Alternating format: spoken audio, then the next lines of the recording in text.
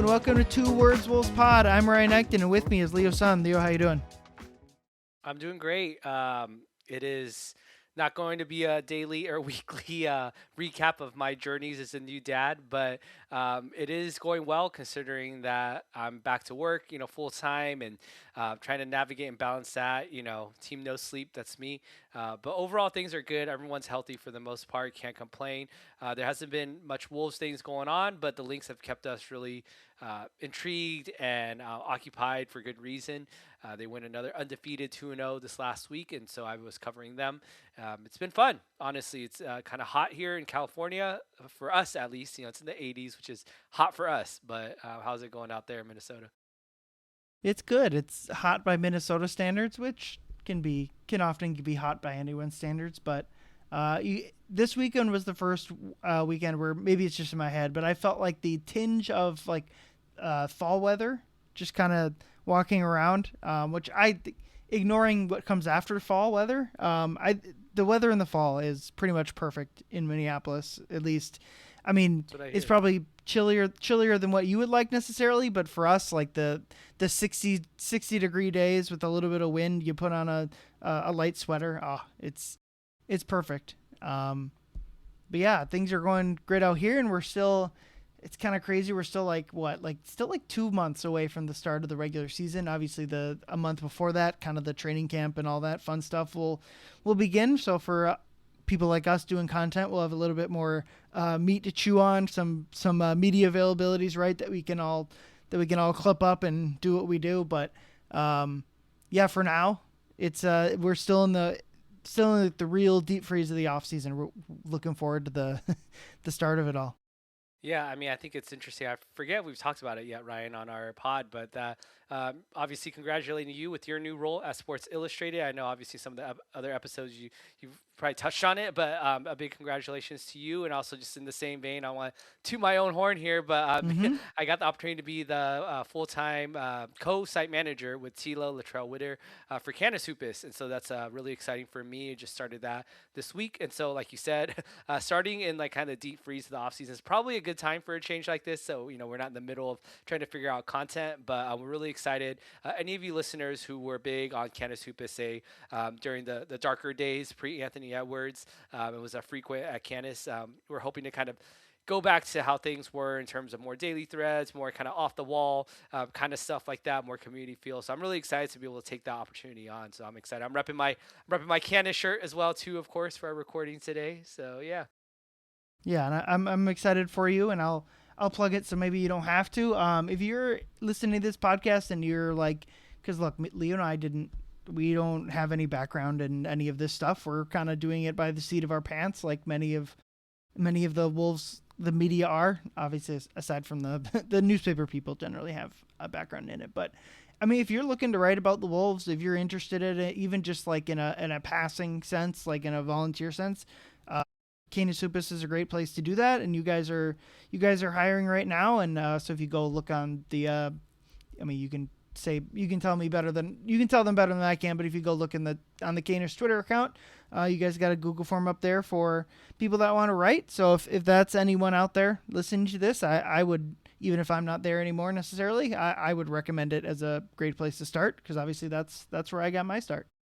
Yeah, no, it's a really cool opportunity if you're interested. Yeah, even if you just want to dabble in it, like Ryan said, both of us, we were not, trained or majored in journalism or anything like that. But just because of the great community that we have there and kind of that sandbox opportunity that, these type of blogs offer, it's a really great chance for you to get started and learn it. And even if, say, you do have experience in it, even better. Like, even if you're trying to pursue this professionally, it's a great opportunity.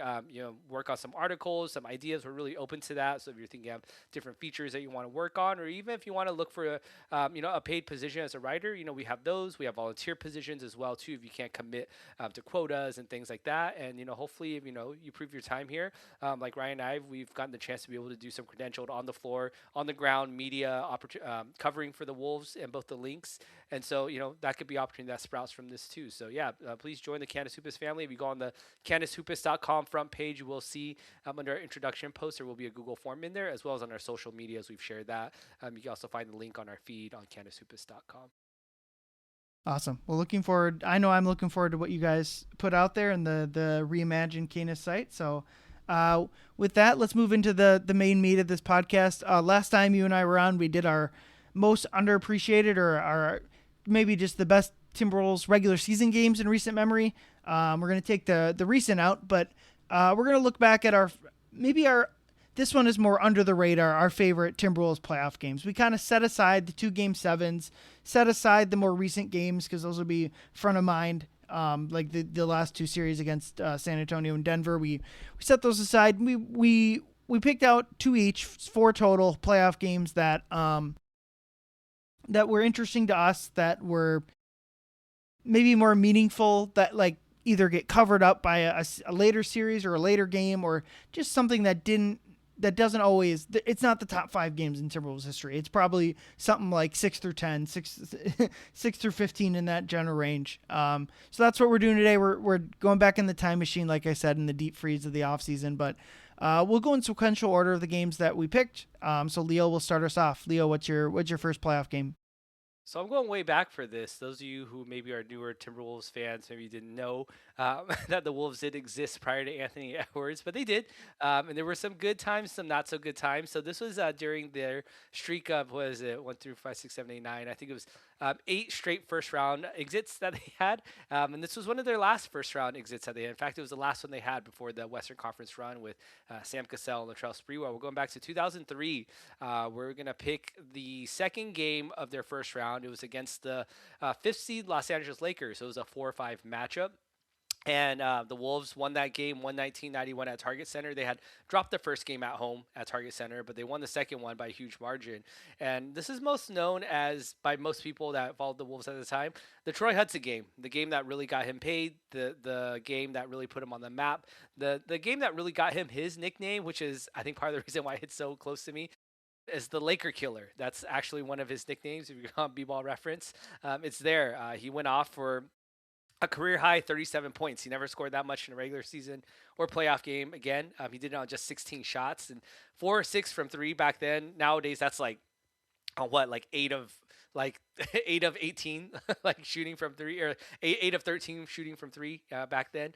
And yeah, it was a game where well, I guess before I even get to the meat of it, Ryan, do you remember this game? Did you watch this game, or is it one that you kind of have to go back and remember, like, oh yeah, that game did happen? Yeah, so this is really kind of before my time as like a uh, day in day out Timberwolves fan. So let's see, in 2003, well, in April of 2003, I am 7. Let's see, math is hard. Yeah, I believe I'm 7. I would turn 8 in a couple months. So I think at that age, I think this is a good era that showcases our somewhat small age difference. Where, so how old were you? Would have been I was a teenager. 15, I think. Yeah, it was Yeah, 14, so 15. Yeah, yeah, it was high school. I think that's a good example of my first Timberwolves memory. Honestly, is Game 7 against Sacramento the following year. I think that's like my first big Timberwolves memory. My first sports memory comes the year prior with the Twins against the Oakland Athletics when they beat the what is now the Moneyball A's. That is kind of like my first big sports memory. So I didn't really have any memory of this game. So going back and watching it, if other people want to watch it, you can just Google the game Timberwolves Lakers 2003 Game 2. There's a full game on there. I clicked on the one with the AI thumbnail. There was no AI in the actual in the actual video, but they used a dumb AI thumbnail for that, whatever. But yeah, I didn't really have much memory of it.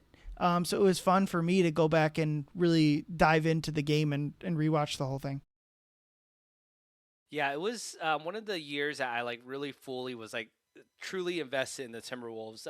Up until that point, I mean, people may have heard the story before. Is that I was growing up in the Sacramento area, so I was a Kings fan just by proximity. I was also a Timberwolves fan. At this point, I was like, oh well, the Wolves are the team that was a little bit more kind of hipster, like not most people didn't know that much about the Wolves other than Kevin Garnett, and so I wanted to kind of pick and choose them as my own cool special team that I liked. And yeah, that was a year where honestly, the Wolves were a pretty old team. If you look at that roster, I mean, it's maybe not that strange back then, but now it is. I mean, they have 4 guys over 30. They had signed basically 1-year deals with Rod Strickland, who was 36, Kendall Gill, who's 34. I mean, these are vets that, in their heyday, they were pretty good, just borderline all-star type of players. But, they came to the Wolves, which is kind of funny because you think about what the Wolves did the next year is that they brought on vets and Sam Cassell and Latrell Sprewell, who are also like in their 30s, or and maybe not as old as Kendall Gill or Rod Strickland, but basically the same positions, and they replaced them with two other guys that maybe had, you guess you could say, higher ceilings than the two of the other guys, and it really worked out. So I think this year was kind of where they were like, hey, we surround KG with some vets that could really produce, play some meaningful minutes. That was going to be big for them, and so yeah, I mean, it was the year before KG won. MVP, of course. Wally Serbiak was the second leading scorer on the team. It was Troy Hudson was the third leading scorer, Rasha Nesterovic. But yeah, so digging a little bit deeper into the game now. So, I mean, this was a game, if you watch that, like Ryan said on YouTube, you can watch a full game, and it's kind of crazy to think that the Wolves basically ran like full court pressure the entire game.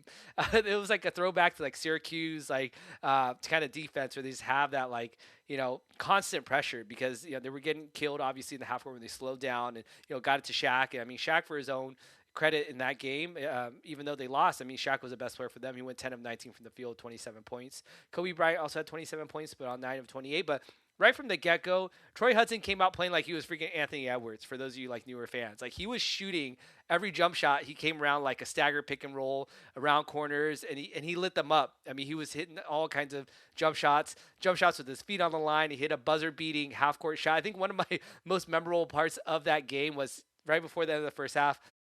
They force a turnover on the Lakers, and they drop a out of bounds play full court where Troy Hudson gets it, hits a three as he's falling to the ground over Shaq. And as they're walking off into a commercial break, Mm-hmm. one of the camera guys from TNT is like running up to like zoom in on Troy Hudson and the Wolves like celebrating. And Robert Horry comes from behind, and he just absolutely just like in like true like Dennis Rodman status, just like two hands shoves this camera guy to the ground, which he ended up getting a fine for later. But it was kind of wild if you go back and see that. And he also took out, I think it was Wally Serbiak on a huge screen too. And Robert Horry was all over the place that game. But yeah, Robert Horry was definitely on that team. The Lakers ended up, winning that series. But what was your main takeaway, Ryan, from that game? Yeah, so I wanted to give some background on like the where the NBA was at this time. One interesting thing is this is the first season that the NBA has 7-game series in the first round. Previous to this, so the Wolves had lost their previous previous six first round series. This series would go on to be the seventh in a row. So that's an interesting. And the Lakers had won the last 3 titles. They were the 3-time defending champions. But this was the first season, like Leo mentioned, they were the 5 seed. It was the first season that like the Shaq and Kobe relationship really started to like started to deteriorate. Now they in both of these next 2 seasons they eliminate the Wolves. So I guess Wolves fans would have liked it to deteriorate even faster. Obviously the next season Sam Cassell gets hurt. Who knows what happens in 2004? If that happens. But watching this game, and I did watch the next game 3, which they win. The Wolves do in overtime, and like. This is kind of one of those games where like Shaq and Kobe are just not very good in these games. Shaq is fine enough in this game, like you mentioned, 10 and 19, but like these are these are the type of games that like I think get lost to history as far as like Kobe's quote unquote legacy. Like they're just not very impressive games. Shaq and Kobe combined to shoot 39 of 101, so that's like 38.6% in games 2 and 3. Like they just. You think about like Shaq and Kobe as like, and they're rightfully like 2 of the top like 10 to 12 players ever. Kobe's obviously like that's the range for both of them, but and they're just not all that impressive in these games, and that's a credit to the Wolves. My whole thought watching this game was like this Wolves offense or the Wolves lineups are just so stuck in the mud. I kind of felt like. I think if this were like more modern day, I think the Wolves would have played KG at the center, had him guard Shaq, and played 5 out on the other end and get Shaq away from the rim on defense. I think that would have been the way to play it, and like that's just not how these teams played back then. They didn't. They didn't. Like it was just like KG's the power forward. We got this non-shooting center that's gonna go toe to toe with Shaq. It's just like I think you'd have been like, look, KG has 20 rebounds in this game. Like the rebounding would have been fine. I just that'd be like the big like question mark is what does this team look like if they really if it were today and like you fully unleash and stop get him to shoot the 3 pointers instead of the long twos. That was my main takeaway. But I mean, like obviously Troy Hudson's insane in this game, 37 points, just like a KG in masterclass too. 15 of 21 from the floor, 35 points, 20 rebounds, 7 assists. Like this is for like if you're I mentioned like this is not for the Kobe legacy. This isn't a game you look at for KG. These games are are incredible. And like my other thought would be just like in this whole Timberwolves era, it was just like KG just needs a little bit of help. Someone to really step up and be like just any sort of number two.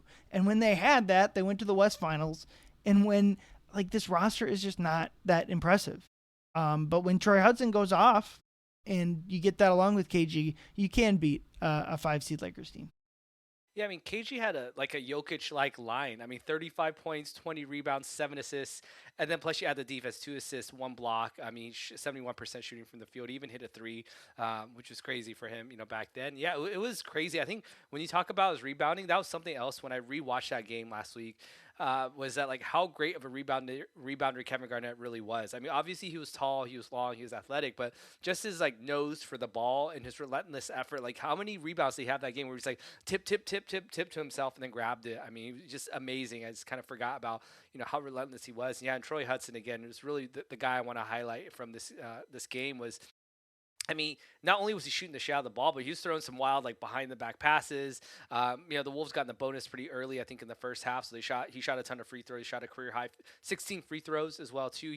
Troy Hudson's definitely one of those guards where it's like he was more fit for like today's NBA, or at least a more modern NBA than it was back then, where it's like shooters weren't at that much of a premium back then, and so.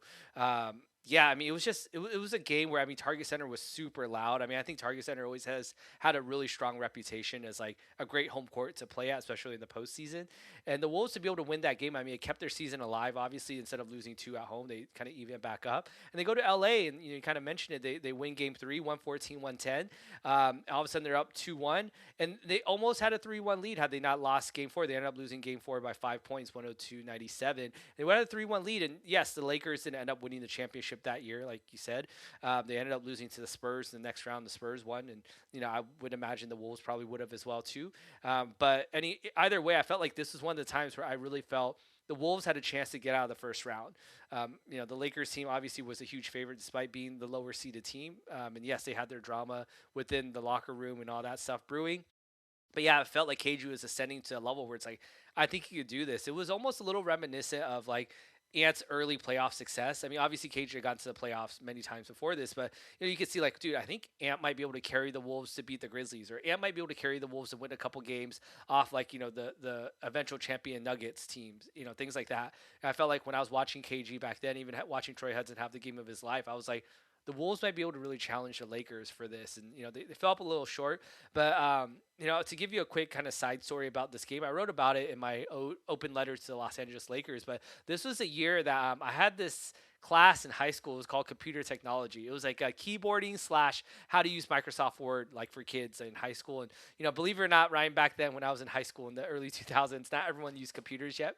But so we had a class for that. And, obviously I was very, not obviously, but I was very well versed in tech already at that point. My dad was in tech. And so it was an easy A. I didn't have to do anything. So I spent all class looking up, videos and box scores at NBA.com of the Wolves, games. And there was a Laker fan. He was a three-sport kind of jock at our high school. I don't want to dox him by saying his full name, but he definitely was a guy that he used to pick on me a lot. He was a Laker fan, and he used to always be like, he would make fun of me for being Asian as a little scrawny little Asian dude.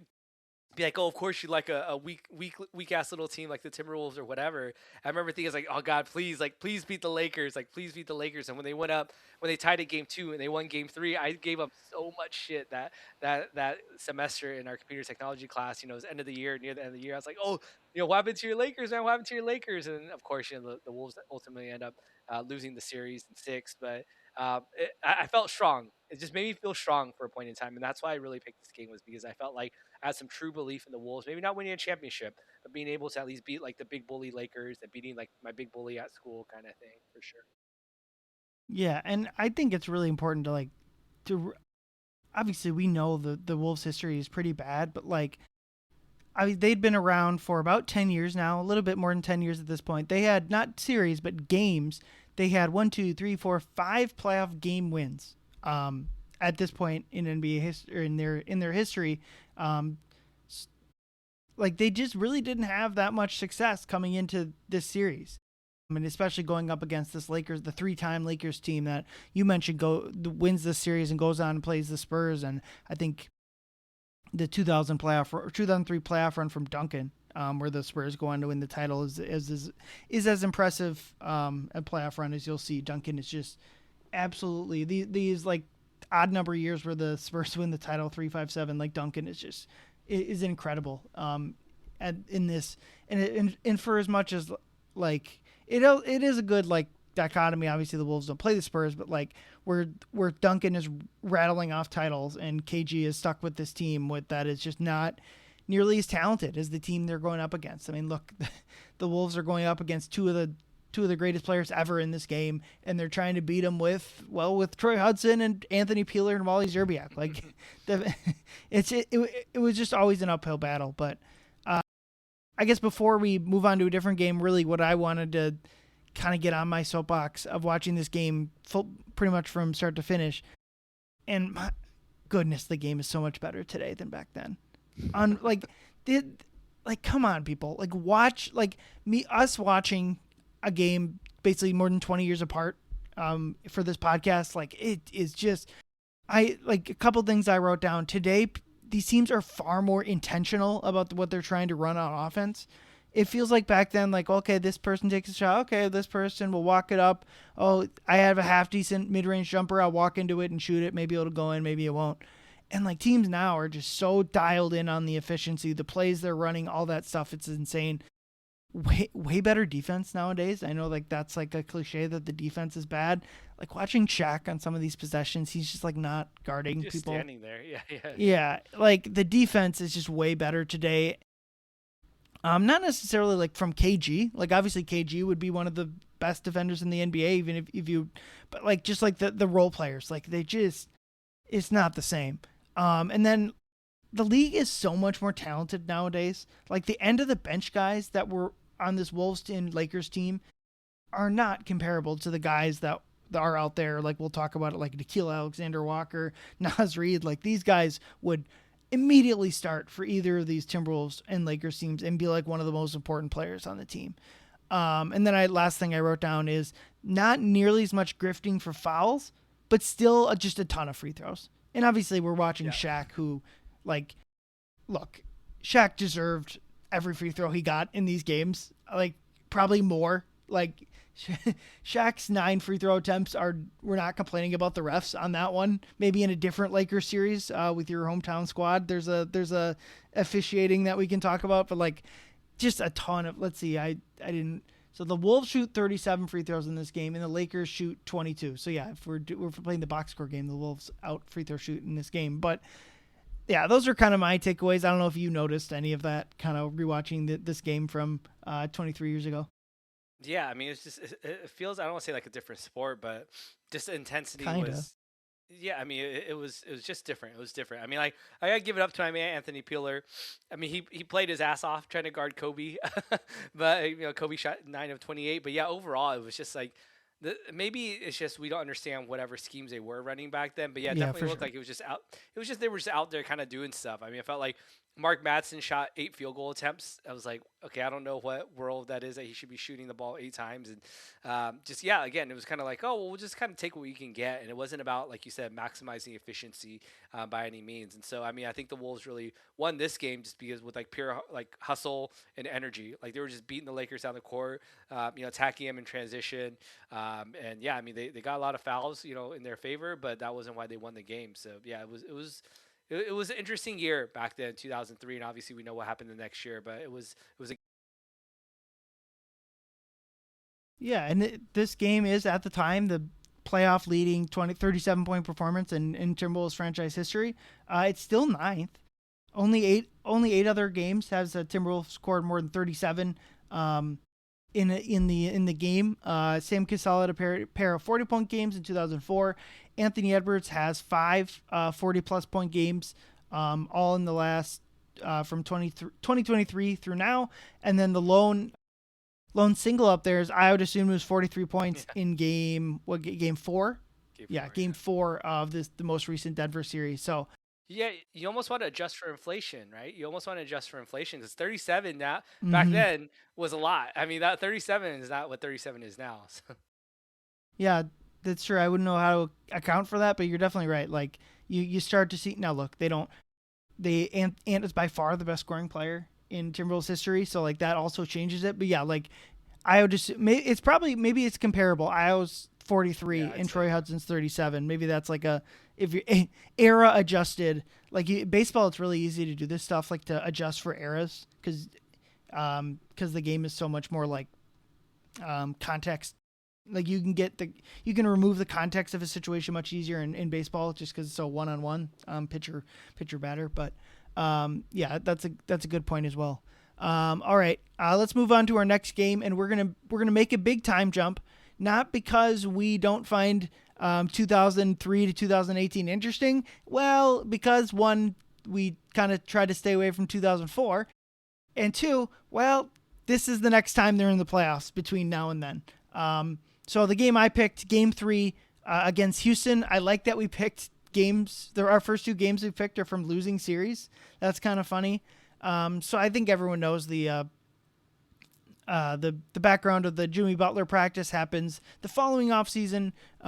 We talked about in our last episode Jimmy tearing his meniscus about roughly a month before this. And so if they win a couple more games, they're playing Utah or Oklahoma City, and I kind of think they might have won that first round. Certainly would have had a much easier time. Instead, they play this juggernaut Houston team that absolutely could have won the title. Both this year, where in this season where the Warriors have both Durant and Curry, and that juggernaut team that ends up sweeping the Cavs in the finals, which that if to give people context on that, because the Warriors and Cavs play four straight times in the finals. This is the season where the J.R. Smith game in Game 1, and the Warriors sweep after that. And then the West Finals, that one goes to 7 between the Rockets and Warriors. I wrote down the Rockets memorably went 14 of 77 from three in that Game 7, and they missed 27 straight three-pointers. If two of those 27 go in, they probably win the championship, the Rockets do. So probably a big what if in NBA history, certainly for James Harden. James Harden careers look whole lot different if they either make the finals or win it. And then in general, like this Rockets team is really, really good. Probably pretty close to the best Chris Paul you're going to get. Probably certainly post Lob City Clippers. Although he's pretty good with the Suns when they make the finals. But like Harden and Chris Paul are two of the 50 greatest players ever. Certainly not Shaq and Kobe, but like this is certainly prime James Harden. Like he is just sensational in this season. I did write down the Timberwolves have never been swept in a 4-game series, and that this game prevents that. But like that's not a good stat. Like that's not a good positive stat for the Wolves. That's a volume stat that you get to. But yeah, is there anything before we dive into the meat of the game? Is there anything that specifically about this era of Timberwolves basketball or this game that you remember? Yeah, I mean, like just outside of the game. I mean, this was the second time I flew in from California to Minnesota for this game. With my friend Mike, aka Boss 10 from Canasupis, and this was the second time I'd ever been to Minnesota, and it was a lot different going in. What was this? April 21st, and it was going in the beginning of January. But yeah, it was. I remember going and just like being surrounded. Like the first time I went to Minnesota was January of 2014, I believe it was, and that was like pre like Karl Anthony Towns Wolves. So that was not a good time. And so even the Wolves games I did go to was like the feeling comparing that to like this iteration of the Wolves in 2018 where they're playing the playoffs for the first time in 14 years was just so different. Like I felt like, oh my gosh, this doesn't even feel like the same arena. And I just remember going there like seeing all the Wolves fans like all hyped up, all pumped. And I remember thinking like, dude, like this was like my dream was to be like this close to this many Wolves fans and go to a playoff game my entire life. I mean, it was in my 20s at this point for this game. But yeah, it was. I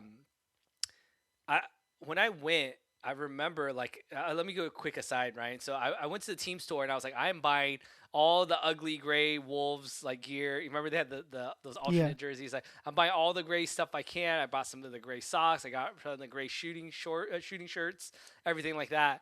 Because I was like, dude, this Wolves team like is here to stay forever. Like Jimmy Butler is going to retire as one of the best Timberwolves of all time. He might even pass KG one day. But obviously that didn't happen. But I remember being so pumped. Me and my friend Mike, we bought all this stuff, and then after the game was over, which spoiler alert, they won. But we went to front court to go meet with Jim Peterson and Dave Benz, who was the then play-by-play caller, and we had a pretty good friendship with them. And we were just chatting with them, and I was collecting confetti off the ground. And I remember like we put our stuff down, or on a front row like courtside seat. We would go take a picture at center court. When we went back, my friend Mike, his bag was gone. That someone had jacked No. it. Yeah, and so we're like, oh man. And then Jim Peterson was like, don't worry, man. Like, I got you. Maybe before that, because we went to both game 3 and 4, and he said, meet me before game 4. I'll meet you at the store, and I'll get you all the stuff that you missed.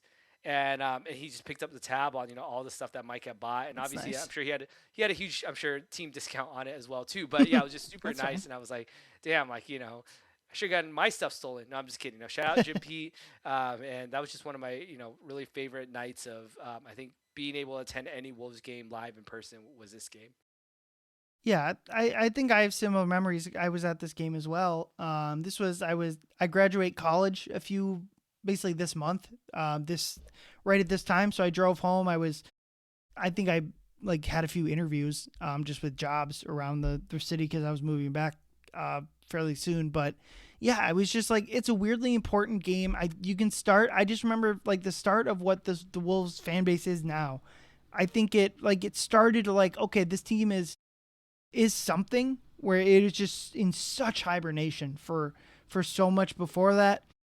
And obviously they lose this series and this is the lone game they win in the series. But I don't know. I just feel like it mattered. It mattered that they made the playoffs. It mattered that they got these 2 home games. And I felt like it mattered that they won one of them. I think if they get swept out of the series, I think there's a lot more bitter taste in people's mouth. So like you, I think it was important. But to dive into the actual game, couple notes I thought was like just like big picture. Looking at this series, like they just needed more from Jimmy, and it's not even to criticize him because I think like his knee was just not in a good spot. But like big picture for this team, like they needed like the 76ers and Heat version of Jimmy Butler. So like the next season they trade him away, and I remember I've rewatched the Kawhi shot game, the one the ball goes bounce and in. Like Jimmy's incredible in that game, and then obviously he drags the Heat to the finals twice and is awesome in both of those playoff runs. Like if the Wolves would have in the future gotten that version of Jimmy Butler, I think they could have made a huge run.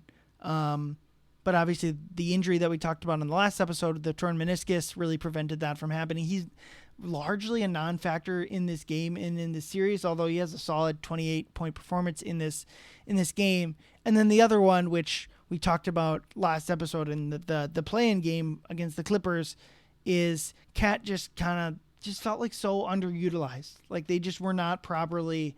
He has a solid enough game. He has 18 points on 13 shots. Has 16 rebounds. Like it's a solid enough Cat game. It's just like he doesn't have a shot in the first quarter. Like they're just not really getting him the ball. And like that was like the Achilles heel of this team is like they were just not working well together. Specifically like Cat, Jimmy, and Tibbs. Just were never in sync. And I think if you're more of a Cat supporters like us, we would argue like, well, like that was more on Jimmy and Tibbs to like they needed to figure that out more, get the locker room in a better spot. And I think that's true. And I think it's also true. Like Cat, is a much different player in 2026 winning the title with the Knicks than he is in this first playoff series against Houston, where Houston is just hard doubling him. Anytime Cat touches the ball, they're sending 2 at him. And the Wolves just didn't punish that enough. But I think I don't know if the Knicks win the title if the Wolves like lose game 82 and they don't get this playoff series. I think these reps for Cat and kind of in terms of his playoff career, I think the low lows of these early few games, this Houston game, he's pretty bad largely in the Memphis series a few years later.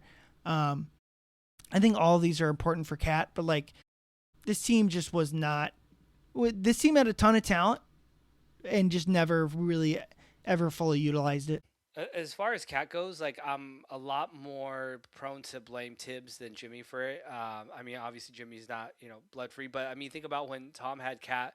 In New York. I mean they had success. I mean they made it to the conference finals, but it still felt like Cat was not fully, I guess you could say, unleashed with Tom. Just the way that the way he structures his offense, the way that he doesn't want Cat shooting very many threes. I mean that was always kind of a thing. And you kind of saw it obviously this year as well too. That Cat was kind of very limited. If you couldn't get like you said a one-on-one matchup down low, then you kind of couldn't do much. I mean he wasn't a great. He had the vision for a great passer, but he just didn't have the accuracy for it. I mean it was a lot of turnovers. I mean he had a team high 3 turnovers even this game, game 3 as well too. But talking specifically about this game as well though is that I mean there were a lot of sequences in this game, a lot of possessions that ended up like late clock situation for the Wolves. And such was kind of the case for, like you said, this, not great fitting team. A lot of things where it's like, all right, Jimmy has to bail them out at the end, or, Jeff T kind of goes ISO mode, or, whatever the case is. And, luckily for them, you could say shooting variance was on their side. I mean, they shot 55% from three. I mean, 15 of 27. They basically, I mean, technically the Rockets, I mean, they shot 15 of, they made the same amount, but it took them 41 shots to hit the same amount of threes. And the Rockets are one of the best 3-point shooting teams of that era, you could even say. And so the Wolves being able to outshoot them is not something that was a combination. It was not a recipe for success, as you saw them get blown out later in game 4 and so on. But yeah, I mean, like Andrew Wiggins goes 4 of 6 from 3. Jimmy hits 4 of 6 from 3 as well too. I remember there was a late 3 that Derrick Rose had hit as well too. I think in the second half when they really kind of blew the doors off the Rockets in the third quarter, because it was a close game up until that point. I mean, it was only a single-digit game, within single digits in the first half going to halftime, and the Wolves outscored the Rockets by 11 points, and that's when things like really kind of unfolded for the Rockets, because the Wolves just kind of getting off and hit a lot of shots over there. I will say one of the things that I remember most from the specific game, being in attendance, was when Chris Paul fouled out late in the game. It was a section where the game was already kind of like out of hand, but again, Chris Paul, just ever the irritant that he is, fouls out, and the whole crowd like goes wild. They play "Hit the Road," and we're waving. Everyone's waving him off. I remember there's this little kid. He must have been no more than probably like 8 years old, who was sitting in the row in front of me. When I look at him and I told him, I was like, "Tell Chris Paul goodbye," and then he turns around and he waves goodbye at Chris Paul. And I remember I was just like, man, that just felt so good in that moment to be able to really kind of rub it in his face and just kind of move on and take it on. You mentioned about James Harden as well too. He didn't have a great efficiency game, 9 of 21. James Harden, I mean, I think I was talking about in a different group chat is that I felt like James Harden up until this point in his career is kind of like a modern day Wilt Chamberlain, if you will. I mean, just like statistically, he has the MVPs, he has the numbers. I mean, these are like historic all time numbers. Not even like he had great numbers for his generations, like of all time. James Harden put some crazy numbers, but he just was never known as a winner. And yes, like had they not fallen apart to the Warriors later, in that postseason, things might have been different, but they weren't. And, he was part of the reason they didn't shoot well from 3. And, Chris Paul got hurt, I believe it was this year as well, too, against the Warriors. And James Harden just really couldn't tough it out as like the lone ball handler in the front anymore. So, yeah, I mean, credit to the Rockets. They were a good team, but the Wolves definitely had them this night, luckily. Yeah, a couple solid performances from the Wolves in this one. Derrick Rose, really good game off the bench, 17 points. In just 21 minutes. Obviously, the next season he has the famous 50-point game with the Wolves in the season where they are the Jimmy Butler tainted season, a rough one in Wolves history. And then Jeff Teague and Andrew Wiggins, solid games, especially from Jeff Teague, 9 of 14 from the field, 23 points, and then Wiggins, 20 points. Just kind of, I know I talked about this earlier, but it was kind of probably the best game that this era of Timberwolves played. Just like everyone was solid. I know like Jimmy was clearly hobbled, like he had a solid night too. It did feel like this was the type of team like that they could be, and they just really never found it in the rest of the series, specifically I think because kind of some of the Cat stuff that he just wasn't very good in this series. And like we mentioned, that was, I mean, with anyone it's mostly on the player themselves, but like Tibbs and Jimmy did not cover themselves in glory from this Wolves era either. Any more thoughts before we move on? No, I mean, I would say I think I told the story in our last episode too, but just about how after the game, my friend Mike and I we met up with Jim P and Dave and a bunch of the Fox News, Fox Sports guys, and we went to Black Sheep, Pizza, had dinner. It was a great time. We all got really not all of us. I'll say me and Mike got really drunk. I'm not going to out anyone else for that, but it was just a super good night. And again, it's one of those memorable nights. I think will go down as probably one of those. I mean, until my daughter gets older, it's like a top five, night I would say in my life at this point, being able to see that win at Target Center, despite what happened in the next game in Game 4. But it was a good pick, Ryan. I love this game. I'm glad you picked this one. Yeah. Let's move on. So interesting. So going back to 2018, I've only missed 2 playoff games at Target Center. Every other one I've been at in person. The next one was the first one was Game 4 of that Houston series where I go back to college, and the other one is our next game, 2024 Game 1 against the Suns. The reason being is my son's it wasn't his actual first birthday, but we were having, because it was on a Saturday, I believe, like it was his first birthday party. So I was not able to go, and kind of ironically, I was even sick that day. So even if it wasn't, I think I wouldn't have been able to go. But yeah, like, so for me, any game we talk about basically 2024 and beyond, like I have my, like we talked about top of the show, I have like my kid's life to kind of rubber stamp or to mark every occasion. This is a good one. I'll save a story because I do travel out to. I went to games 3 and 4 on the road of this series, so we can talk about that at the end. But like for this game against the Suns, I think it's maybe gets lost a little bit. Like the vibes at the end of the regular season were really awful. Obviously, the Wolves had their best regular season or close to it, certainly in 20 years. But they go 0-3 against the Suns team, and the one on the last night of the regular season where the Wolves could have been the 1 seed at the end of the day just get trounced by the Suns team, and they go into the series slight underdogs, even as like the 3 versus the 6.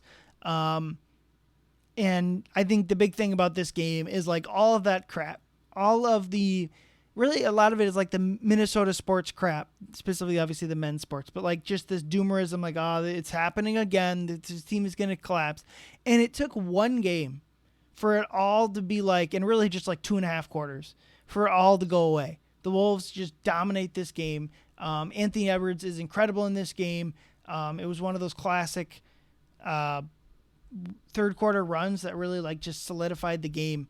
And the Wolves go up 1-0 in the series, and I think I just remember watching it and feeling like, nah, they got this team. Like this is who cares what happens in the regular season? Like this is like they just dominated the game. So what were your memories from this game?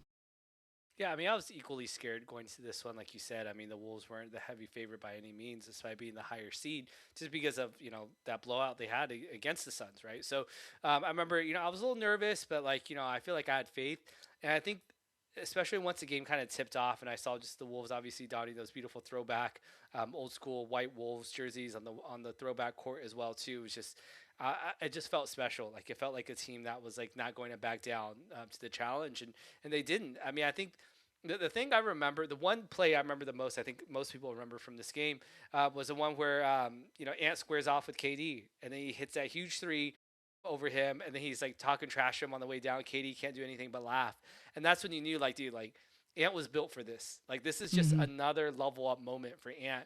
Ant plays finishes the game with a team high in scoring. He had 33 points on great efficiency, 14 of 24 from the field, 4 of 8 from 3. And I think another thing I remember from this game was like how great the defense was as well too. Like, yeah, sure, the Suns, had some moments here or there. They got dominated by 25 points, but like Jaden McDaniels, Nickeil Alexander-Walker, I mean, they were all over like the Suns, just like the defensive intensity that we knew from all season that this Wolves had. I mean, this was, like we mentioned before, the dominant Wolves defense season. And it really showed itself in the playoffs in this first round. I mean, it was, the Suns may have had a 1-point lead after the first quarter, but from there on out, the Wolves basically blew them out by 26 points.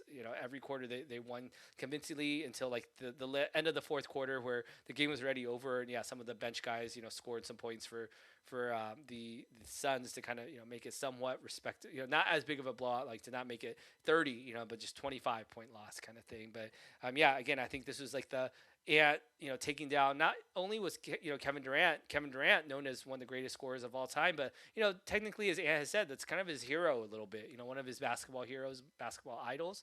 And so yeah, it just showed that Ant was not going to be, you know he was not going to cower to that moment. He was not going to cower to that matchup, and he went at it, and he went at him all series. And this was kind of that foreshadowing what was to come in the sweep. Yeah, and obviously they go on and beat the Denver Nuggets in the next round, and that's like the premier game. And so I feel like this game kind of gets lost in like to me in a lot of ways it was like here we are. Here the Wolves are that type of team. The regular season wasn't like a fluke because they had this incredible month of November, and it's not like they like fell from that, but they like their win pace went from like 60 to or like from 65 to 60 to 55. Like they never fully like recaptured the November magic until this playoff series. Couple notes I wrote down is like in retrospect, looking back, this Phoenix team is the exact type of team that like this era of Timberwolves dominate. Like it just any playoff matchup from now on, it's just like, does the other team have someone to guard Ant, and do they have a rim protector? If the answer to that question is no, the Wolves just win that series. So even going back to like to the Memphis series, like Memphis had a a rim protector. They had people to guard Ant. In this series, Phoenix doesn't have any sort of defense. Like they don't have anything.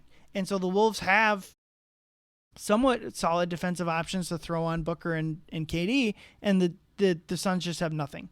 Going back to the Houston game we just talked about, Phoenix is similarly hard doubling Cat every time Cat gets the ball in the post. And I thought like this was just an outstanding Cat game and a really good like evolution of Cat's playoff career. This is like this series and the next one against Denver are a real big turning point. He guards KD and Jokic in back-to-back series, and the Wolves win them both. And just a lot, the cliche for us Wolves fans is Trey Vulture, just a lot less of that from Cat. So he only takes 9 shots in this game, but he scores 19 points, including 8 of 8 from the line. He's outstanding in this game. Even playing only 26 minutes, that was kind of it was a tough series for Cat with this Phoenix team. They didn't really have a great defensive option for him, and he guards Kevin Durant in this, and so his minutes are down. But like I wrote down, to me, it never felt like KD fully exploited that Cat matchup. And then I looked at his stats, and he scored 26.8 points per game on incredible efficiency in this series. So it's like I don't know where that came from for me, because KD was incredible in this series, and it was really like players 3 through 6 or 7 on their roster that kind of lets down Phoenix here. But then lastly, Ant is just in full control of this game. Like he's the best player on the court. Absolutely incredible, 33 points. Like just from start to finish, Ant just hit, like obviously you mentioned the hitting the 3 over KD and pointing at him, but like just really, Ant had this game, had this series, and we've talked about it in these kind of throwback episodes, but like another one of these, like Ant is ready for all of it by this time in his career. Yeah, I think when we talk about teams and just isolated games, oftentimes there's that cliche like, did this team win the game or did the other team lose the game? And I think it was like equal parts for this one. I mean, the Wolves, to their credit, played really great and they won the game. But I think on the other side, this is kind of where you look at the Suns, and this is where things really started to feel like it was maybe going off the rails. I mean, one game doesn't send an entire team into a tailspin, but just the fact that that team just lacked cohesion. Like there was no sense of like camaraderie. Like they were not like picking each other up, and they really just fell apart really quickly as the series went along. And like you can blame it on the coach. I mean, they had this iteration of the Suns had what, like 2 or 3 different coaches at least, and every time it's just You can call it Kevin Durant, you call it Devin Booker, you can call it Bradley Beal, whoever it is, probably all three of them. They just could not lead that team in any sense. And they're you know, Devin Booker can be a good defensive player on like a Olympic Team USA kind of thing. Kevin Durant could do some things as far as maybe some sneaky rim protection here or there, but I mean they're not defensive players. And in this era of basketball, you cannot just be like run and gun, like only play one end of the court. And I think the Suns really proved that.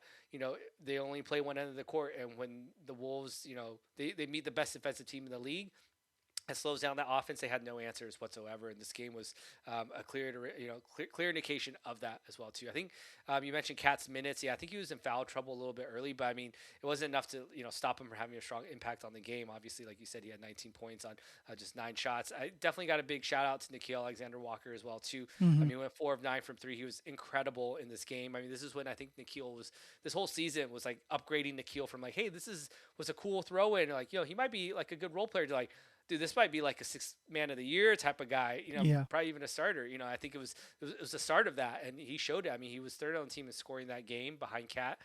He had 18 points on 7 to 12 shooting, and he was amazing on the defensive end. I mean, he was a team best plus 28 on the floor in Yeah. a 25-point win, which is kind of crazy. He didn't play the final minutes of the game either. So, yeah, shout out Nall. Just amazing, amazing series and season for him.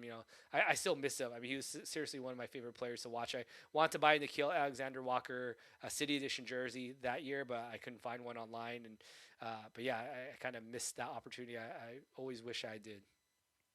Yeah, Nikhil is fantastic in this game. And then I just kind of like simply wrote down like this Timberwolves team to me is like there's a reason they won so many more games. They're just better than the previous 2 iterations of the team, and it's understandable why we don't need to relitigate the Cat trade like I always say, but like I think really trading Cat, and I would probably, even after Cat wins the title, I think I would probably say they've now with the LaMelo trade, they've really, I think like the Cat trade was something that had to happen. And if you don't like that, I think you got to complain about the salary cap and the CBA more than Tim Connolly or anyone else. Because I think the Wolves have done well with that. You look at the Nuggets, and I think in a lot of ways the Nuggets are kind of locked into a team that's not good enough, and that could have been the Wolves having to trade away. I mean, they did lose Nikhil, but like the Wolves could have lost whatever version of Peyton Watson they had, just like the Nuggets did. But my fun story from this, so I do go out for games 3 and 4 of this series. The first time I'd traveled for a playoff game. Fun story, I do fly back, the red eye flight back after game 4 because my son's actual birthday is the next day. So like I had to get back, I had to get home for that. And I just remember walking through, I had a layover even too in Chicago. So I just remember walking through the Chicago airport, which I think people know is gigantic. And like, I was like, oh, I had plenty of time, but like my flight's at a different gate. That should be fine. Or at a different terminal.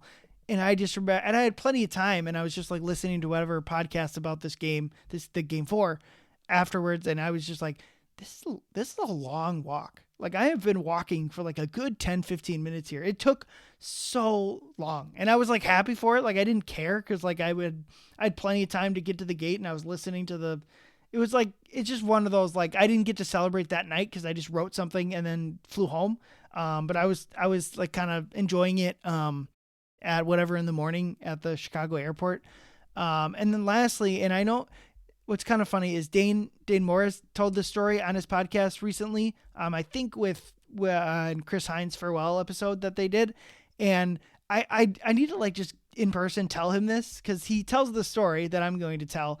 And he misremembered. I think he tells it that Jace is standing there next to them and it's me. So I gotta like, I gotta like nudge Dane and be like, no, it's me in the story. So after game 4, not this game 1, Finch, Mike Conley crashes into Finch and he breaks his patellar bone. And so I walk out, I finish my article. I'm going to the airport. I just take one last look at the hallway down where by the Wolves locker room. And I see Finch kind of getting on a cart, basically like if you've seen the stadiums, like they have like these big flatbed kind of carts, almost like football carts. Yeah, like, that's a good. There you go. Like if you see someone hurt in football, exactly that type of thing. And so I'm like watching him gingerly get on this cart, and so standing there watching. Obviously, like and I'm not gonna go down there. Like it's down by the locker room. Locker room's closed or whatever. And so the cart drives by, and then so Dane and I believe Chris are there too. And as the cart goes by, I think he's on painkillers of some kind, because of course he is. And he goes, "Oh, how you doing, fellas?" And he drives off, because we hadn't seen him, because Mike and Nori did the post game for him, because like it was a really surreal moment, like watching the injured coach drive by in a cart. So yeah, to set the record straight, if you're listening to both the Dane Moore podcast and this podcast, I believe it is not, maybe Jace is there too, and it's 4 of us, but like I was there for the Chris Finch drive by, hopped up on potential needed pain medication that night. Yeah, he's like the last guy I would imagine would be like, "What's up, guys?" like voluntarily, He awesome. would, but it was the tone that it was very clearly like, because if he wasn't on painkillers, he wouldn't have said anything, because his knee would have been like, it just, yeah. So I think yeah, and it was understandable why he was, and I'm completely speculating, obviously, because we have no idea. But like, yeah, that was a very funny moment, and I head home right after that, and come home. Glad the series was a sweep, and what did they play? Denver that next series, and another series I travel out for, but just for that game 7. So I got lucky that year. And the next game we'll talk about is I also traveled during this series, and I traveled to the one game that the Wolves end up losing, so a little karma there. But Leo, anything more on this Suns game?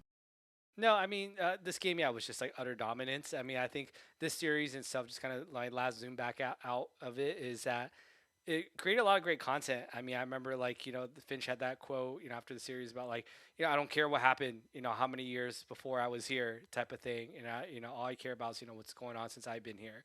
And I remember I made a video about that, and it was just, their first sweep, ever. It was just awesome. Yeah, I loved it. Absolutely. All right, let's move on to our 4th and final game. Yeah, so this was about almost exactly a year later. I mean, the last game we talked about was April 20th, 2024 on 4/20. And then this next game in 2025 was on April 19th. The Los Angeles Lakers hosted the Minnesota Timberwolves as a higher seed, or the Lakers were the higher seed. And I went to this game. This was a very nervous time for me. Those of you who already know by now, I am a Lakers hater. And, I wrote a letter to the Lakers before the series started, just about all my childhood demons being wrapped into this one series. And so I was very nervous to go to this game. But it was really cool to go. I mean, I got to see so many media members from the Wolves side that I hadn't seen on the road. Like, I finally got to meet Kyle Tighe, I think, for the first time at this game. He was already not at Candace Hoopus. I met up with Jack Borman for the first time. We took a picture, which is now going to be, 3 of the previous Candace site managers. But at the time, it was just the 2 of them. And I talked to them about like, hey, we should do like a, NBA media like pickup tournament. You guys, because they're significantly taller than me. I'm like at a 5'8" a day, and these guys are. I mean, Kyle and Jack pushing 6 feet probably. But anyways, it was just a cool time to be surrounded by John. It felt like the all-star team of Wolves media people were there. Respectfully, Ryan, I know that it was hard for you to travel to this game since I was working on it. You excluded from that, but. Yeah, I mean, what were your thoughts about this game before, again, we dive into the meat of it that you remember about this series going to LA?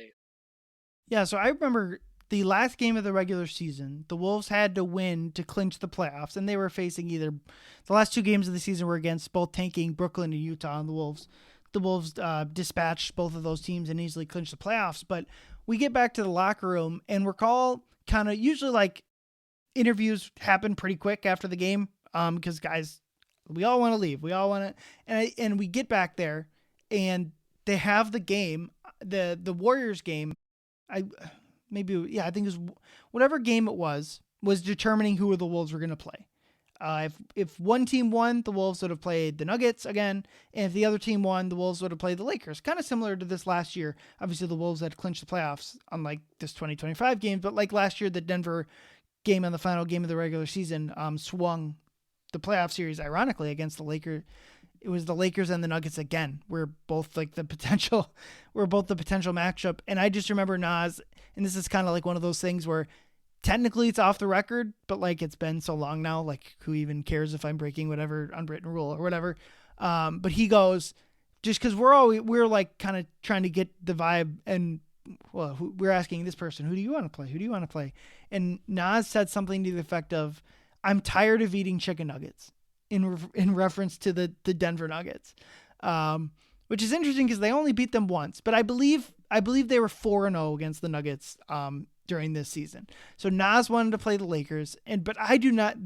I remember having the opposite feeling. I thought they should have played the Nuggets, or the Nuggets would have been better for them based on the previous series compared to the Lakers.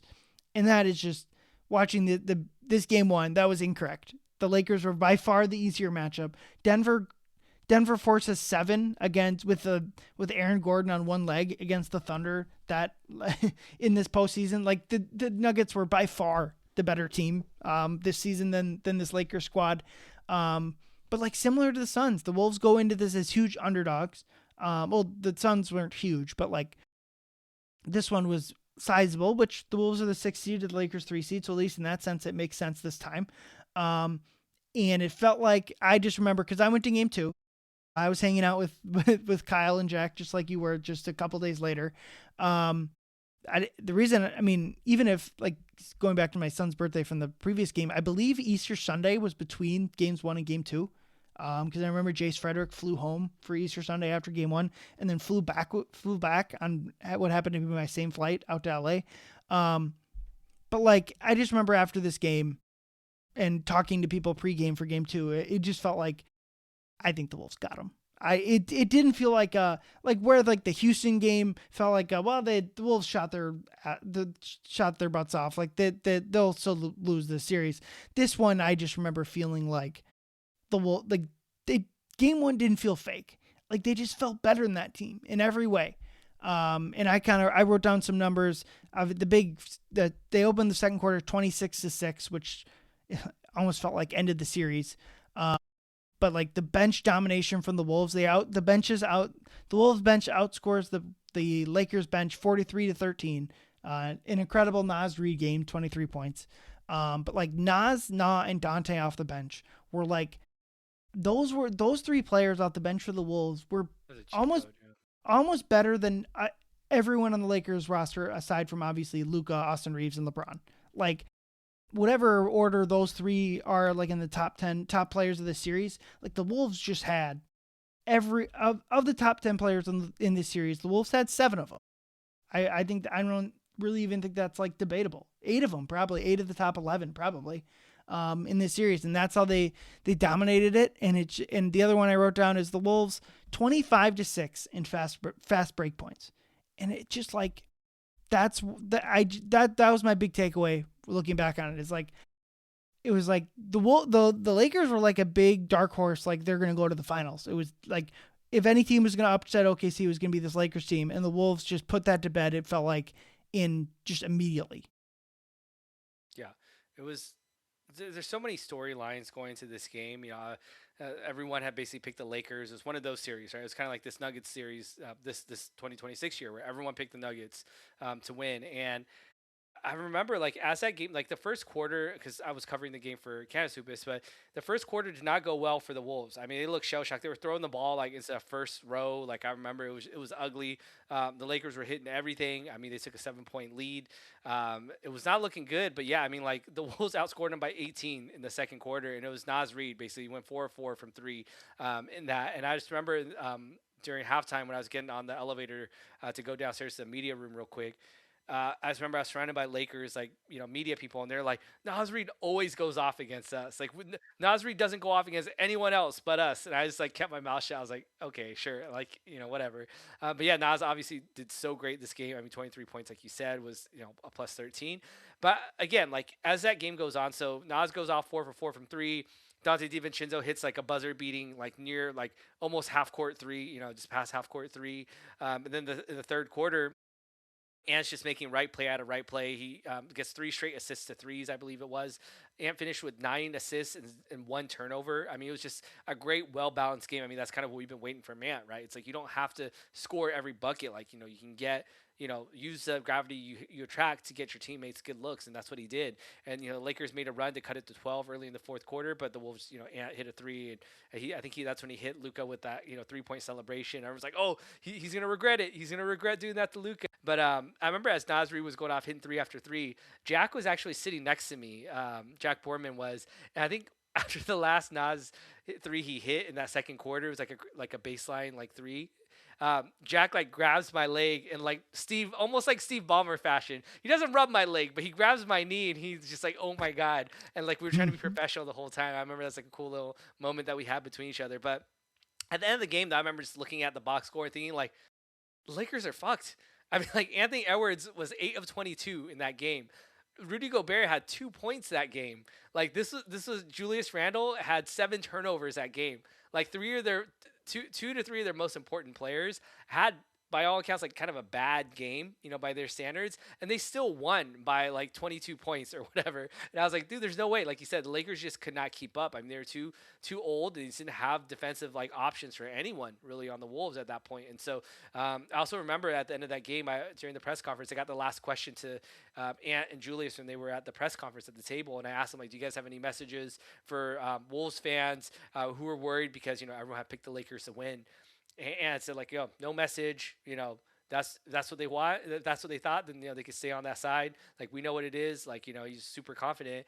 And I remember like that got clipped by I think like Bleacher Report or something like that. And I think a lot of my friends didn't know that I actually covered the Wolves. I think they thought I just wrote for the Wolves. I actually didn't do that. But I remember like after the press conference was over and I was like doing the recap, my phone was like blowing up. I had it on silent, and I looked at my phone. I had like 50 text messages like, dude, like, is this you? Like, is this your voice, like, asking this question? And again, like, I don't care about the notoriety of it, but I just remember that being like such a like fulfilling moment for me, because it was only because it was against the Lakers that was so fulfilling to me. It was like everyone knew I was at that game and everyone knew I was covering that game in LA as Minnesota just absolutely dominated them, as kind of foreshadowing of what was to come later in that series as well too. So yeah, this is definitely one of my most memorable games I've ever been able to attend, even though it wasn't dramatic at all. It was very therapeutic for me, I would say. Yeah, these games, this Laker game, the Suns game, you can point to a lot of these game ones. Are a credit to like Chris Finch. They always come out with like the best game plans in these series, especially these last 3 years where they've made the playoffs straight up without needing the play-in tournament. They take that extra time and they just absolutely find the best strategy. You mentioned it, like the Luka PTSD, I think from like a fan base sense is pretty high coming into this game. I think everyone was terrified of Luka, rightfully so. He has the first 4 points of the game, including like kind of like a cheap foul for a free throw, and then a 3-pointer, a step back over Randall. Thankfully, if it was over Rudy, it would have been the end of the world. But I think like the important context for this Lakers team is like this is not who this Lakers team was supposed to be this season. They trade for Luka midseason in what is probably like the worst sports trade maybe in the history of ever. And like they don't really have, like, it's just not a proper roster.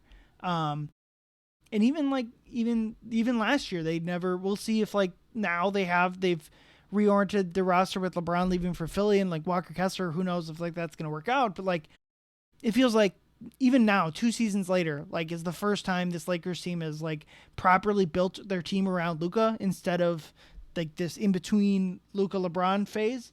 Like this team is just, they don't have, and later in this series, Redick plays the same 5 guys the entire second half of either game 3.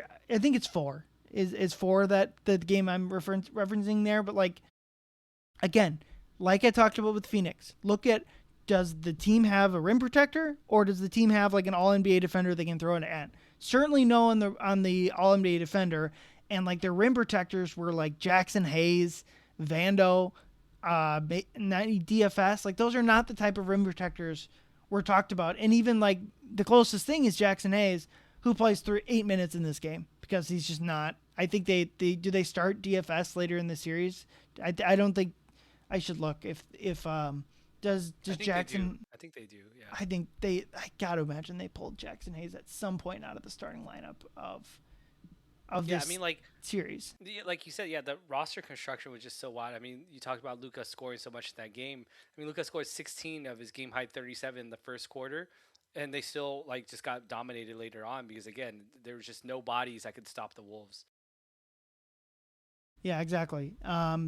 It was just, it's kind of the first, and it carries over into this year where it's like, I think the Wolves, anytime you win a playoff series and you get more reps and get more, especially with like a youngish team or at least where the best player is young, getting more playoff games is important. But like the carryover from this from the next season is like the Wolves treated last season like it doesn't matter what seed we are at all. It doesn't matter how well we play. If we get a top 6 seed, we'll be fine. Because they had this season to point to. They dominated this 3 seed Lakers, and they get lucky within the next round versus a 7 seed Warriors who loses their best player in game 1. But like they have this just really disappointing regular season after the 56 57 win season the season before. They win 49 games, and it didn't matter. They made it right back to the West Finals. And I think they learned that lesson this next year. Is I don't think, I mean, obviously we'll see if the moves they made this offseason work out or not. But like, I think it doesn't matter what seed we are. It's like, it's not the result that matters. If the Wolves win 55 games, but somehow they're the 6th seed again because everyone else, like, that doesn't matter. That'll be fun. Like, it's the process. Did you play like a team that could win a title throughout the year? And this last season they didn't. And it's not to blame that on this game, but like, I think that's like a ripple effect later on. It's like they win this series in dominant fashion, even though they're the 6th seed. And I think I guess they literally do it again. They run back the same playbook 12 months later, beating the Nuggets in fairly even as dominant of a fashion as you could with all the injuries they had in that Denver series. Yeah. I mean, just kind of wrapping up this Lakers game in this series. I mean, you got to shout out Jaden McDaniels this game. I kind of glossed over him completely, actually, but he went 11 of 13 from the field in this game 1. I mean, he had a team high 25 points, 3 of 3 from 3. I mean, just classic. I mean, 9 rebounds as well too. I mean, this one Jaden McDaniels realized he could rebound the ball. But yeah, I mean, it was shout out to Jaden. Anyone else or anything else from this series specifically that you wanted to mention? No, I was going to look up if this was Jaden's career high at the time. In the playoffs? In the playoffs, and I think it was. I want to say, what did he do in the Suns game? He had a Suns game where he went off. I forgot how much it was. There you go. Good shout out there. He had 25 points in one of the Suns games. So is that less than? Sorry, I'm looking. Yeah, so he in one of the Suns, it tied his playoff career high. And then later in this Lakers series, he actually has a 30-point game, which. So yeah, it's probably a coming out series for Jaden in a lot of ways as like the player that they'll need him to be next year, which is more of that like true third option. Like just 100 like. I think this next season they're going to rely on Jaden a lot, just offensively. More of what we saw from him in the like once Ant and Dante get hurt in that Denver series, how he played the rest of that series. Obviously, they're going to have Ant and LaMelo as your top 2 guys, but I think Jaden will rely on that. So maybe that's another takeaway from this game. Is just like anytime Jaden gets the opportunity, he knocks it out of the park. Yeah, I'm agreeing with you on that one for sure. Yeah, that was epic series for him, and again, hopefully it's a sign of things to come this year as well. Yeah. Well, that's gonna wrap it up. I think if we were to do a more negative version of this podcast, I think the last game that we're not gonna do. I think the quote unquote blow 20-point leads to Memphis, I think would be like another another trip down memory lane, and maybe. From the Nuggets series, the first one where Denver goes on to win the title, though the Game 4 overtime win they have in that series would be an interesting one to look at. But maybe we'll save that for next season. But the plan for this podcast, I am on vacation, family vacation next week, so we will be without an episode next week, but the following week, so that's like the first full week of September. I think this podcast will go kind of kick into full gear for the season, go back to 2 episodes a week. So I think Leo will be one of those 2 episodes, assuming that 2 weeks from now, and we'll start diving into the actual meat meat and potatoes of the Timberwolves. At that point, I think like last year, I think I just put together a list of off-season questions I had, and I just went with guest by guest, Leo included. I just went down that list and asked away, and that's a good way to do the off-season podcast. But the training camp and media day will be here before we know it. But I try not to think about the fact that we're still 2 months away from the start of the regular season. It's gonna be a minute. It's gonna be a minute of Ben Simmons off-season workouts and Jonathan Kuminga. But if he buys in pieces, that's gonna be going around. Ben Simmons available. So is Kuminga. So am I. I did just So am I. for SI. I did just write a piece about just kind of the pros and cons of Kuminga. I would probably, if they were to go with Kuminga, I'd be pretty dubious that it would work. But at the cost that it would take, it's kind of like, well, why not? If it works, if it doesn't work out, you just kind of you let him pack, you let him go. But feels like you're just getting a worse version of Julius Randle. If you were to sign Kuminga, but again, they'd be paying him the minimum, so who cares? I guess. Yeah, I agree. All right, but for Leo, I'm Ryan. That'll do it for today's episode. Thank you, everyone, for listening. Get home and drive safe. Go Wolves. Ayoo!